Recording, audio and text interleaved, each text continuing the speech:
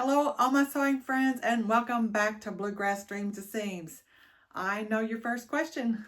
What happened to the video we were going to get last Friday, like a week ago Friday?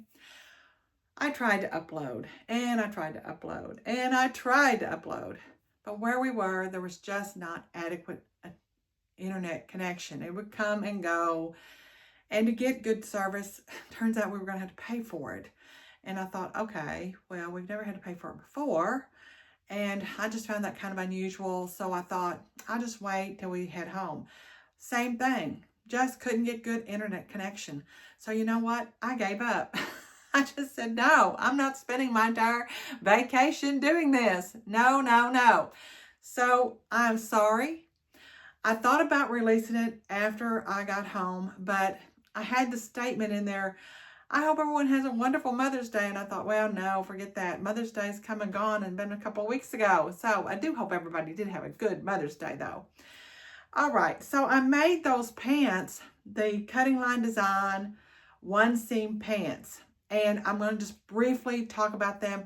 I do have a short video of where I kind of talk about if you want to do the pocket, the steps in that, just to kind of go over that. It's a short tutorial. I'll insert that. But I just want to briefly show you my pants. This one right here, Cutting Line Designs, one seam pant. I love this pattern. So well thought out. I mean, my goodness, there's 3 pages in here of pattern alterations. Really step-by-step detail. There are charts. I've never seen so many charts. And she'll tell you, you need to add an inch. You need to add 2 inches. You need to take away an inch. You need to take away 2 inches. And she tells you exactly how to do all that, how to cut your pattern apart, how to fold it, whatever you got to do to get that out of there. I was amazed. Now, I ended up cutting a straight, I think 16, a straight extra large. I can't remember now, but I cut a straight, just a straight this one time. I now wished I had decreased the crotch just a little bit. I measured. But apparently I measured wrong because I could have gone a little smaller with the crotch. But that's my only complaint about the whole pant. Now, I do think the tapered leg on mine, because I cut them bigger, is not as tapered as I would like it. But that's okay. I think I could probably go back in, take the hem out, and I could put in these little darts right here in the back, and that would help that. So I may do that as well. But other than that, I'm happy with these pants. The fabric that I used that linen cotton blend from Hobby Lobby. And every now and then they run it on sale. You know, all the fabric's 40% off. So that's when I've been going to buy it because I didn't want to invest a lot of money in something that might not be that great, you know. But it launders well. It presses well. And it sewed up beautifully. I'm really happy with the pants as far as the end product and what they look like. And the day that I wore them, the only complaint I had was I just felt like the crotch was just bagging down there. You know, I just, no. I usually wear pants that are more fitted. I've always liked a fitted pant, even with, you know, my fluffiness. So I am just kind of over loose pants. But anyway, I did do all the elastic stitching like that, probably more than I was supposed to because I misjudged, but that's okay. I decided to reinforce here and up here just for security. Now, but that's the pants, and that, like I said, they were nice and comfortable to wear. It was extremely hot in around the Savannah, Georgia area where we were. The day that I wore these, I was comfortable all day. I did wear my little pink floral shirt with them. I was comfortable, but there are things I need to do to these pants if I can. If I can't, it's okay. I'll wear them. They're for a season. I'm fine. The white ones I'm also going to try to alter, but enough about that. I'm just going to try to fix it and go on. Tutorial goes about this pocket. You're having to use a template to cut away part of your pattern. Now, you've got to remember, one seam pants don't have side seams, only an inner leg seam. So when you're going to put this pocket in, you've got to cut away part of your pants and it's more of the from the side where the side seam would be toward the front to make that pocket hole. So what you're cutting away is a line here and across here and all the way up there. That's cut away. This part that you see here is what they call the back pocket piece. So let's do that tutorial so you'll understand that better. The directions are wonderful. Just step back, think about it, process. That's what I did. I read the whole 6 steps direction first, walked away, came back, placed it all on there, got brave enough to cut that template out, and I made sure I pinned it down pretty good. I marked everything really well. We're going to talk about all this. And marking is key to make sure you line up all these horizontal and vertical lines that she tells you about. But the directions are wonderful. I can't brag enough. Great directions. Great. A lot of thought went into this pattern. And I feel like that's why I was as successful as I was. The rest of it is human error. I just measure wrong. That's all there is to it. I measure wrong. So, and it's okay. I'm learning. Remember, I have never had to alter anything in my entire sewing life. Now that I'm sewing more, I do want it to fit, but my body is changing all the time because I'm going to the gym now. So let's take a look at the directions. So here's the directions for, which start on page 5 for the pocket, and you see where you're going to cut a piece out of your pants. My suggestion would be to take that template and draw around it on your pants fabric, and then that short side here and here is supposed to be sewn in a 5/8 inch seam allowance. Go ahead and allow yourself at least a 1/2 inch, 3/8 in here. Keep it kind of small though. You're going to have to clip in this corner and this corner to get this to fold down like this, and you see they've clipped that. You will interface here. I'm not so sure I wouldn't interface here, and maybe here as well, but at least do this interfacing. And then you're going to do some top stitching, which you see here.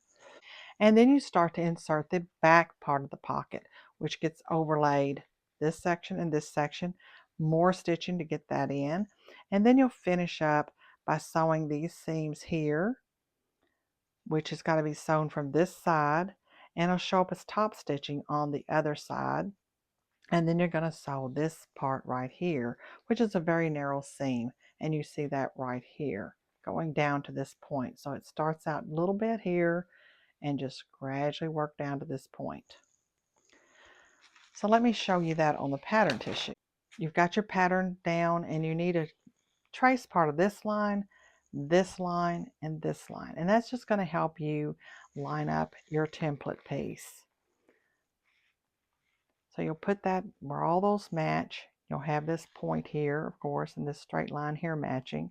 Doesn't do too well with tissue paper, but I would take at least a 3/8 inch seam here, and sew 5/8 here and there, just like she tells you in the directions, before I cut this piece out. So maybe trace this out on your pants pattern. Then you can just, that part's finished.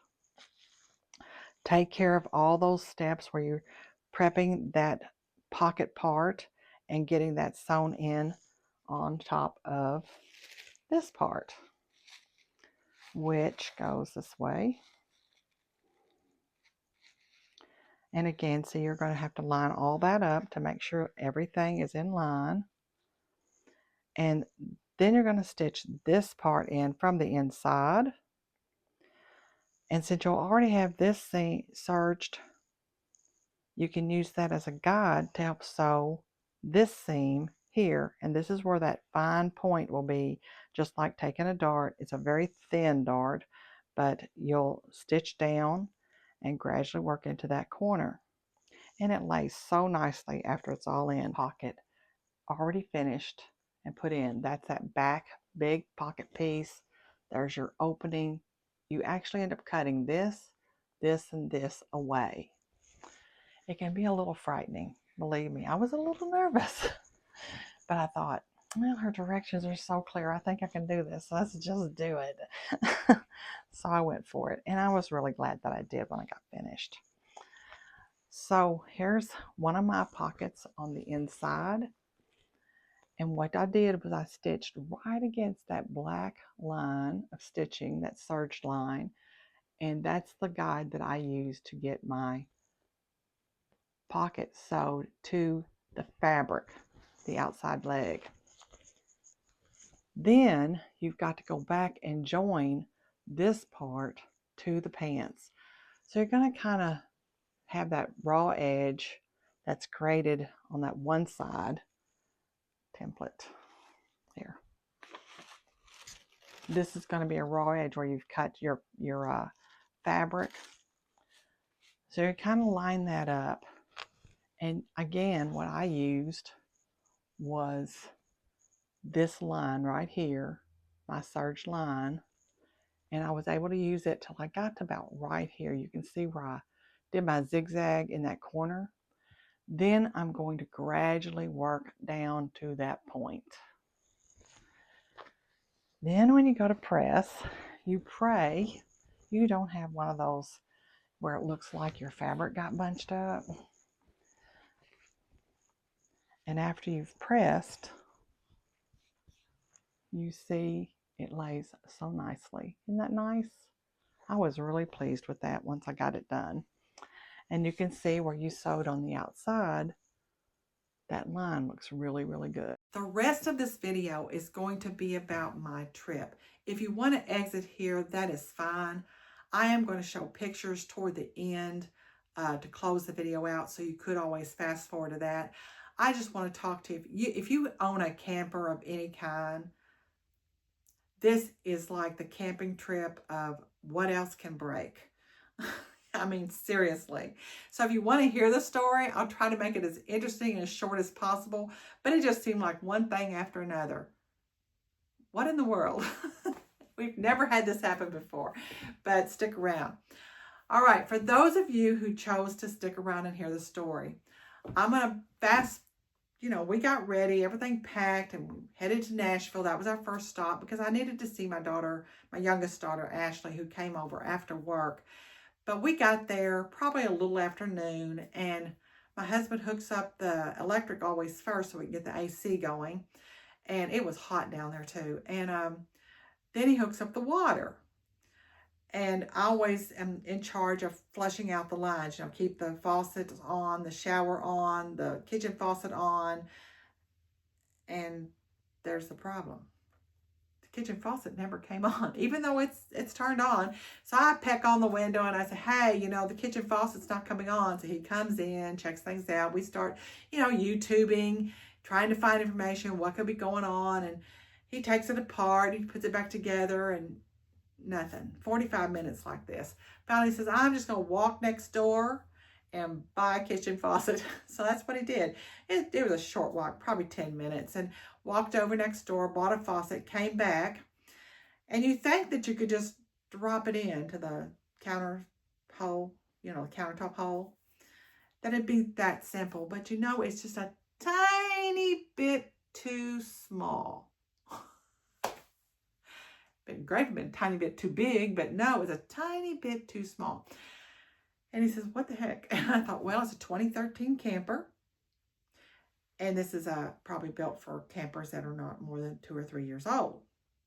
And so it's changed. Yeah. So you're thinking, now, rough grade sandpaper would have been really nice. Even medium grade sandpaper would have been nice just to shave off that tiny little bit, sand it off here, sand it off there. No.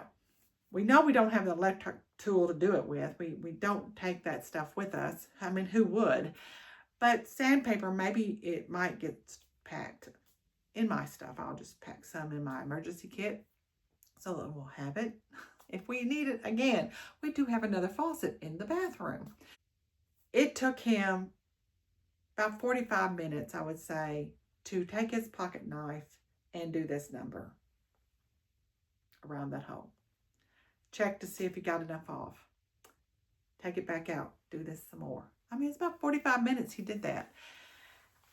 Finally, he got it big enough it dropped right in and hooked it up in 30 minutes and done. 3 hours later, we had water. From the time we tried to turn the water on to the time we got it all hooked up and finished, it was about 3 hours, 2.5 to 3 hours, just to get water running in the kitchen. We drove on to Alabama. Then from there, we drove to our first location in just below Atlanta, Georgia, a really nice campground outside of Americus, Georgia, which was really, really unique historical town. We didn't get to go back there and tour anything, just passing through. That's my summation of it. I loved it. And the next day we headed toward Savannah, Georgia, and got there and kept having troubles with the door again. You know, the door lock mechanism will break on us. And so it wouldn't lock. He said, okay, that's going to have to be replaced, but we'll do it at home. We're used to this. So, you know, the door lock would not lock anymore. It's broken. It's happened. This will be the third or fourth time we've changed this. We've got that on order. It's coming. But then about 2 days into our little vacation, of course, I've noticed we're having trouble with the toilet. I'm not sure what's going on with it, but we've replaced a part on that before. And he said, you know, we need to go by and see if we can get a flush valve because that's what's wrong with the toilet. And I said, oh, okay. I thought there was something wrong with it. So we go to see if we can get one, 2 different places. They don't keep those in stock. You're a camper supply store and you don't keep those in stock. No. Okay. So we'll have to order that too. It's coming. Part of the order. Now, the third, you know, to top all this off, you know, to start having water running and dripping down between your hot and cold water lines every time you run the shower becomes a bit concerning. You're like, please, no, we don't need anything wrong with the shower. Well, come to find out after we got home, we figured out that where the back seam at the lower part meets the tray of the shower, it kind of lips. One goes up, one comes down. So like the shower back is coming over the lip of the shower tray, the part you stand on. Well, water is getting up and through there. So apparently whatever's got that glued or hinged together there has cracked enough that now water can seep through. Little bits at a time, but still it's annoying. So we're just going to recaulk that. Easy fix. Oh, I didn't mention this. Guess what else happened? He's getting these fixed today. My husband went to sit back down, forgot his glasses were sitting there, and he put his hand down and broke right here his wireframe glasses. Oh dear. I'm like, please. I mean, he's not so blind he can't see, but still, it was concerning. We did go try to buy some cheaters. We tried to see if we could get those fixed. No one can fix them because if you just have top frames, like the lower part doesn't have a frame, this is like cement glued to the frame. Your lens cement glued to the frame, and they can't get that out. So you can't take the lenses and get a new frame. It's not that easy.